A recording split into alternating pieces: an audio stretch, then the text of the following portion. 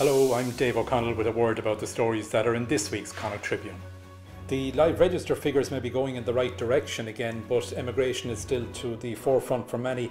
And we've a story this week which is good news for those who might be considering moving down under, because Australia and New Zealand are particularly keen on recruiting bricklayers, carpenters, motor and diesel mechanics, as well as hairdressers and chefs. And as you'll see in our story, the pay isn't too bad either. Speaking of money, only this time more to do with the waste of it, the Dáil Public Accounts Committee last week heard of the €9 million it has cost to develop airstrips at Cleggan and on Inishbofin, and they've never been used. But on top of that, we've discovered that it's costing the state around €125,000 a year just to maintain them, even though they've been idle from the start.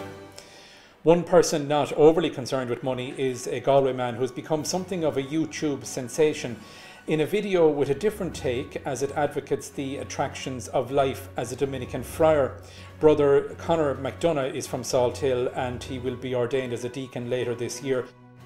This year marks the centenary of Walter Mackin's birth, and Jim Reid, who's something of an authority on the Galway author, is starting a monthly look at his life and times. We've the very moving story as well of how the community of Kilnadima came out in droves last weekend to help a hugely popular local woman, Olive Shaughnessy, in her battle with cancer.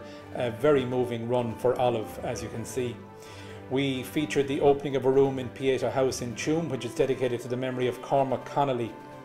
Cormac is the son of Mert and Mary and part of the famous hurling clan, and you may remember that he was the reason for a major fundraiser last summer called 100,000 Steps for Cormac, which saw no less than 61 All-Ireland winning captains come to Galway to play their part in a walk that raised over €100,000 for that worthy charity. And in sport, Galway footballers are bidding to make it 2 league wins from 2 when they faced Westmeath. It's an even bigger weekend for the hurlers of Gort, who faced their moment of truth in the All-Ireland Club semi-final against Kilkenny's star-studded Ballyhale Shamrocks, home to Henry Shefflin and the Fennellys for a start. They're 3-1 outsiders, but this Gort side has defied the odds in the past, and here's hoping they do the same again. So all of that and loads more in this week's paper, which is in the shops this Thursday morning and every Thursday morning, or you can download our new Connacht Tribune app, which is available at the App Store or from Google Play.